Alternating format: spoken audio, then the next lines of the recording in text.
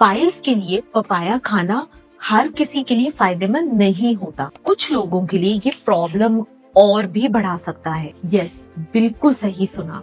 आज मैं आपको ये क्लियर करके बताऊंगी कि कौन पपाया सेफ तरीके से खा सकता है और कौन नहीं। हेलो एवरीवन, मैं डाइटिशियन इला शर्मा और डाइजेस्टिव और लाइफस्टाइल प्रॉब्लम्स को ट्रीट करते हुए मुझे 18 साल हो चुके हैं। इस बीच मैंने हजारों केसेस हैंडल किए हैं। मेरे एक्सपीरियंस से एक सिंपल चीज समझ में आती है, सिर्फ पपाया सही तरीके से खाने से बहुत सारे पाइल्स केसेस बिना दवा के इम्प्रूव हो जाते हैं। पर कंडीशन ये है, टाइम सही हो, क्वांटिटी सही हो, प्रिकॉशंस पता हो। तो चलिए शुरू करते हैं आज की वीडियो और जानते हैं कि पपाया कैसे पाइल्स की पुरानी प्रॉब्लम को नेचुरली ठीक कर सकता है। पाइल्स सिर्फ फिजिकल प्रॉब्लम नहीं होती, ये आपका कॉन्फिडेंस कम कर देता है। टॉयलेट जाना बहुत मुश्किल हो जाता है, बाइक पे बैठना पेनफुल और ऑफिस चेयर पर लंबे समय तक बैठना भी ऑलमोस्ट इम्पॉसिबल हो जाता है।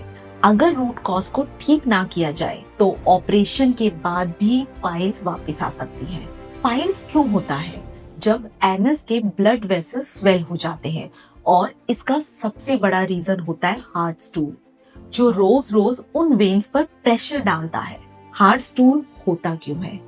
लो फाइबर डाइट, पानी कम पीना, सिटिंग लाइफस्टाइल, प्रेगनेंसी के बाद। अगर स्टूल नेचुरली सॉफ्ट हो जाए तो पाइल्स के सिम्टम 50 to 70% तक कंट्रोल हो जाते हैं। यही पपाया का पावर शुरू होता है। तो पपाया का रोल, पपाया में होता है पैक्टिन एंजाइम, जो डाइजेशन को स्मूथ करता है।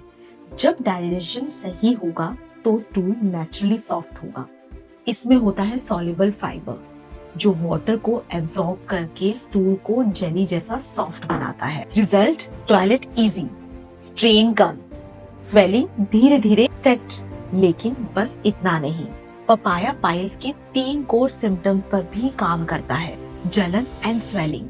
पपाया के एंटी इंफ्लेमेटरी कंपाउंड्स बर्निंग को कूल करते हैं।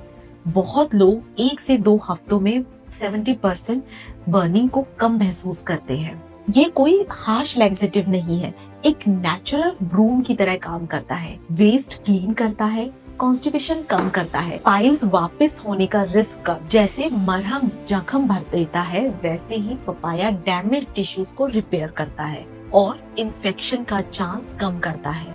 कितने दिन में रिजल्ट? 5 से 7 दिन स्टूल सॉफ्ट हो जाता है, टॉयलेट में पेन कम हो जाता है।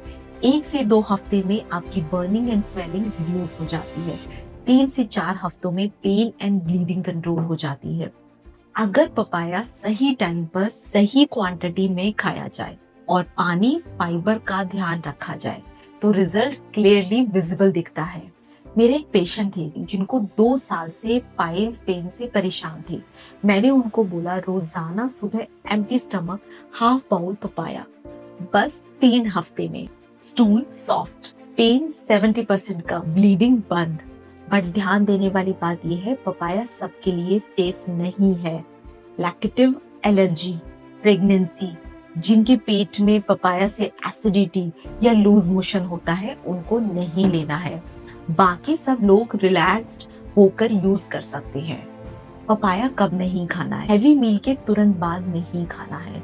इससे डाइजेशन स्लो हो जाता है, गैस और ब्लोटिंग होने के चांसेस बढ़ जाते हैं।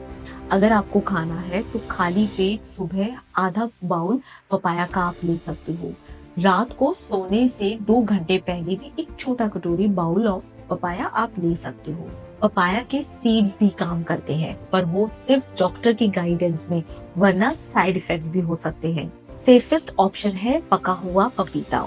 अगर पाइल्स बहुत पुरानी है या एडवांस स्टेज में हो, उस केस में पपाया के साथ प्रॉपर ट्रीटमेंट जरूरी है। जो लोग एंड तक वीडियो देखते हैं उनके लिए special combo, 1 bowl papaya plus overnight soaked किया हुआ 1 टीस्पून चिया सीड्स। इस कॉम्बो का फाइबर प्लस एंजाइम डाइजेशन को डबल स्पीड से इम्प्रूव करता है और पाइल हीलिंग एंड फास्टर हो जाती है। बहुत लोग वीडियो स्किप कर देते हैं, फिर कमेंट्स में पूछते रहते हैं। आप फुल वीडियो देखिए, हेल्थ का टॉपिक है, मिस मत करिए।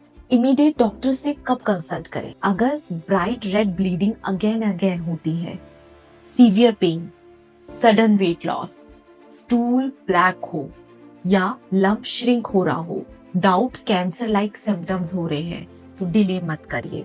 पाइल्स का एक्चुअल ट्रीटमेंट सिर्फ मेडिसिन नहीं बल्कि डेली हैबिट्स है। Soft stool plus strong digestion. Papaya एक अफोर्डेबल, सेफ, टेस्टी हैबिट है। आज से ही स्टार्ट कीजिए और पाइल्स के पेन को बाय बाय कह दीजिए। मिलते हैं नेक्स्ट वीडियो में। Stay healthy, stay happy always.